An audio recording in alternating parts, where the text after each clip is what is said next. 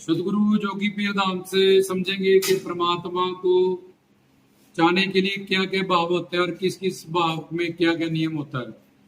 तो संसार में जैसे किसी का भाई नहीं होता तो धर्म का बना लेता, रखड़ी बांध लो। किसी के पास संतान नहीं है तो वो गोद ले लेता है किसी बच्चा बच्ची को, क्योंकि घर परिवार संसार में रहने की बंदे को आदत है।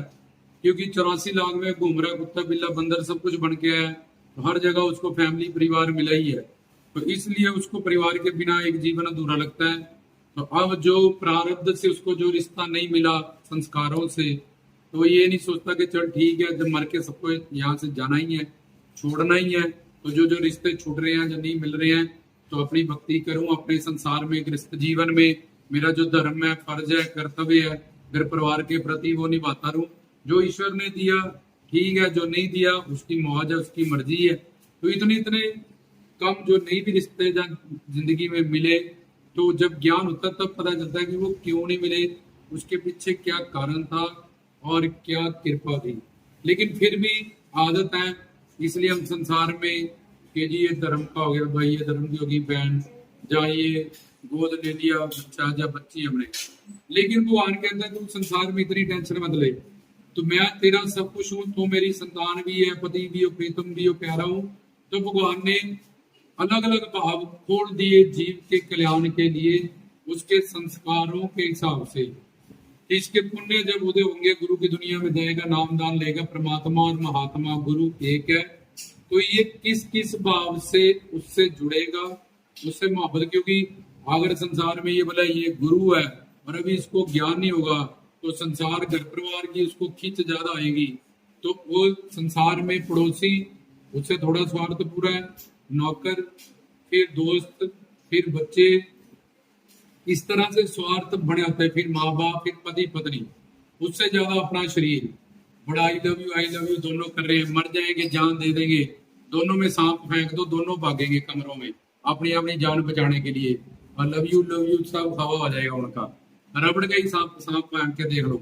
तो ये अपना शरीर उससे भी ज्यादा प्यारा है, और उससे प्यारा अपना मन, उससे प्यारी अपनी बुद्धि, उससे प्यारी अपनी आत्मा, उससे प्यारा परमात्मा।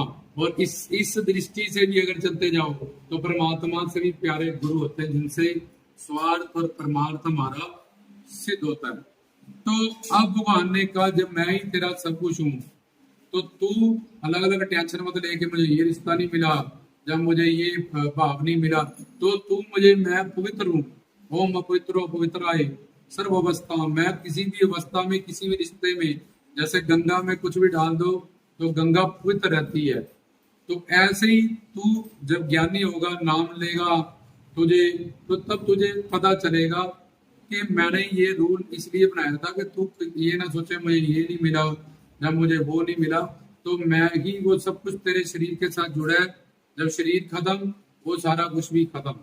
तो जैसे इनकम टैक्स वाले पहले पैसा पकड़ते, फालतू पैसा, तो रोटी कपड़ा मकान ठीक ठीक मिल गया था, अब पुण्य दान किया, पूजा पाठ की, नहीं दिया, फालतू जो इकट्ठा किया बहुत ज्यादा, तो भगवान उसको जब्त करेगा और बोलेगा सजा कि एक शरीर था, कितनी रोटी खानी थी तूने बता, एक खटिया पे सोता था, एक कमरे में रहता था, ये सारी जिंदगी नश्वर चीजों को तूने इकट्ठा करने के लिए लगाया, ये सामान इधर जब्त करा, और अब ये ले 84 लाख में घूम।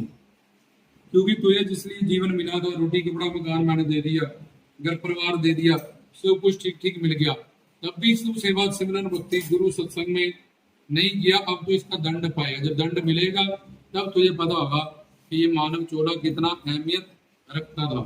तो इसी तरह से भगवान ने पहला भाव खोला कि मैं एक ज्योत हूं। अब ये शांत भाव है ऋषि मुनियों का, जो अपनी सुरती चढ़ाते हैं वो 10वें द्वार पे, तो भगवान की सचखंड में जो ज्योत है उसके साथ जुड़े रहते हैं आनंद में। इसको शांत भाव कहते हैं। सुन रहते हैं वो, मौन रहते हैं वो, मस्त रहते हैं वो, उसके आनंद में, उसके प्रकाश में। दूसरा, वो हमारे गुरु हैं, मैं उनकी सेवक हूं, ये भगवत भाव। तीसरा, मैं उनकी दासी हूं, दास भाव, वो मेरे मालिक है, उनका जो हुक्म, उनको खुशी देना ही मेरा मकसद है, मेरी सारी इच्छाएं उनकी इच्छाओं में मैं समर्पित कर चुकी हूँ। इसको दास धर्म कहते हैं। जैसे हनुमान जी हो गए, मीरा जी हो गई, भाई लाना जी, इसमें कभी नामा अपराध नहीं लगता, क्योंकि इसमें अपनी भी इच्छा ही नहीं, उसको प्रीतम को, गुरु को, भगवान को खुशी देने के लिए हम सारा जीवन अपना व्यतीत करते हैं। ये दास भाव, पीरी मुरीदी कहते हैं, गुरु शिष्य संबंध कहते हैं सेवक, और दास धर्म कहते हैं सेवक के। तो ये अब जो पहला शांत भाव है उसमें जैसे राजा और प्रजा, राजा चला गया रथ में, प्रजा देख रही है, इतनी दूरी हमें भगवान से, गुरु से, राम कृष्ण से मिलती है। अब वो गुरु है और मैं उनका शिष्य हूँ, सेवक हूँ, इसमें थोड़ी और करीबी आ जाती है। उसके बाद वो मेरे दोस्त हैं, परमात्मा है, गुरु हैं, इसमें थोड़ा और जैसे दोस्त से हम अपनी बातें कर लेते हैं, सहेली से, तो भगवान से, हरि गुरु से हम अपने दिल की बात कर सकते हैं। परमात्मा ने तुम दोस्त प्लस गुरु प्लस भगवान मानती है। पहले शिष्टाचार का ध्यान रखना है कि यहाँ वो दोस्ती की बात हो सकती है, संगत में बैठे हैं, कहाँ बैठे हैं, वो अवतारी पुरुष हैं, जैसे एक जज है, कोई बैठा है अदालत में, तो वहां जाके दोस्त नहीं, वहां उसको मिलौट कहा जाता है। तो वो शिष्टाचार देखेगा कि ये कोर्ट का, जब मेरे पास होगा मोटरसाइकिल पे घर आएगा तब मैं अपनी दोस्ती की बातें करूं, जब ऐसा करूं। इस वक्त तो गद्दी में बैठे हैं, मेरा शिष्टाचार कुछ और है। जैसे जज बैठा है कोर्ट में, तो उस वक्त चाहे उसकी पत्नी है, चाहे उसकी माँ है, वो देखेगी मेरा बेटा जज है, मेरा पति जज है, तो ठीक है, ये है अच्छी बात है, उसको खुशी। पर वो जब घर पे बोला जाओ सब्जी लेके आओ 1 किलो, तुम्हें अकल नहीं आ सकता, तो जो अपने बाप उसके पूरे होंगे, वही जज बच्चों को पढ़ाएगा, A for apple, B for boy, जो फांसी की सजा देने वाला है, तब माँ को खुशी मिलेगी, तब पत्नी को खुशी मिलेगी। जब उसकी ऐश्वर्य शक्ति कम हो जाएगी और प्रेम शक्ति बढ़ने लगेगी, ऐसे ही अलग जैसे जैसे हम बाप बोलते जाएंगे, उसमें ऐश्वर्य शक्ति कम होती जाएगी और प्रेम शक्ति बढ़ती जाएगी। गुरु अकॉर्डिंग टू लॉ, रूल, भाव अपनी ऐश्वर्य शक्ति को कम करता जाएगा और अपनी प्रेम शक्ति को ज्यादा करता जाएगा। जैसे तुम्हें समझाया, एक जज के माध्यम से, एक वकील के माध्यम से, वो घर पे जब आता है तोतला तोतला बच्चा उसके साथ खेलता है, अपनी पत्नी को उससे बात करता है, फिर सब्जी मंडी लेके जाता है, उससे बहस होती है, वो इतना बड़ा जज है, वो कह रही तुम नहीं सोच सकते कबीला, वो वहां फैसला करके आया कोर्ट में, इतने बड़े बड़े, क्योंकि उसका भाव इस वक्त जो है। और वो जब वहां गई थी तो वो देखा यहाँ पे वो जज है, यहाँ मेरा शिष्टाचार क्या कहता है, तो इन सब बातों का ध्यान रखना पड़ता है। तो ये अगला साख्य भाव, मतलब दोस्ताना भाव। उससे भाव अगर वो बड़े हैं गुरु से उम्र में, आयु में, तो बोलेंगे यार हमारे तो पुत्रों की तरह हैं, गुरु भी हैं, परमात्मा जैसे लड्डू गोपाल हम रख देते हैं कृष्ण, जहाँ हम उनकी संतान है, हम उनके पुत्र पुत्री हैं गुरु जी के। ये वात्सल्य भाव, पुत्र पुत्री भाव, ये और करीबी होगी। उससे ज्यादा पुत्र को हम डांट भी लेते हैं, हम गुस्सा भी कर लेते हैं, 1-2 तमाचे भी लगा देते हैं। उसके आगे मधुर्ज भाव, इसमें 2 होते हैं, पत्नी भाव और फिर प्रीतमा भाव। पत्नी भाव में बहुत सारी ऐसी चीजें हैं जो जीव पति को, अगले पत्नी बोले मेरे पैर दबाव नहीं जाए, पति तो परमेश्वर होता है, वो मेरे पैर दबाएंगे तो अच्छा नहीं लगता। जहाँ कई कई पत्नी अपनी सलाह देती है, ऐसा नहीं जी ऐसा कर लो है, पर बहुत सारी ऐसी चीजें हैं जो उसके अंदर एक डर होता है कि मैं पत्नी हूँ, वो मेरे पति परमेश्वर है, वो खुल के अपनी बात नहीं कर पाती। जहाँ कह लो उसका धर्म पत्नी होना, जब उसका कायदा कानून शिष्टाचार जो भी है, उसको बहुत सारी चीजों से रोक भी लेता है। आगे प्रीतमा भाव, इसमें अब जैसे जैसे ऐश्वर्य शक्ति कम हुई तो प्रेम शक्ति बढ़ गई।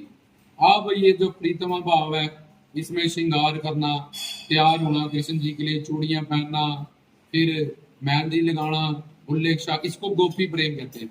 तो ये नर में भी प्रकट हो सकता है, नारी में, क्योंकि दोनों में स्त्री लिंग आत्मा है और आत्मा को स्त्री लिंग माना जाता है। वैसे ना वो लड़की है ना वो लड़का है, पर आत्मा की शक्ति है, तो शक्तिमान को पुलिंग, शक्ति को स्त्री। तो जिन नरों को गुरु से ऐसा प्रेम हो जाता है तो उनमें गोपी प्रेम प्रकट हो जाता है प्रीतमा भाव का। जैसे बुल्ले शाह में हो गया, जैसे आम्र खुसरो में हो गया, जैसे रामकृष्ण परमहंस में हो गया। तो ऐसे बहुत सारे एग्जाम्पल हैं। तो नर योनि में तो उन्होंने घुंघरू, जांजरे, चूड़िए, अपने मुर्शद यार प्रीतम प्यारे के इश्क में पहन ली, चाहे वो आमर खुसरो थे, चाहे वो बुल्ले शाह थे, या बड़े बड़े संत महात्मा जो थे, मधुर भाव के साथ आगे श्रृंगार भाव की बात जुड़ी होती है।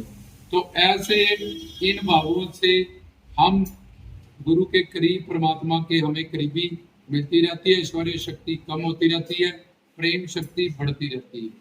अब तुम्हारा क्या संस्कार बनता है जब तुम किसी अवतारी पुरुष को देखते हो, भगवान को, गुरु को? ये तुम्हारे जो पुण्य है, जो तुम्हारे संस्कार है, उस पे निर्भर होगा।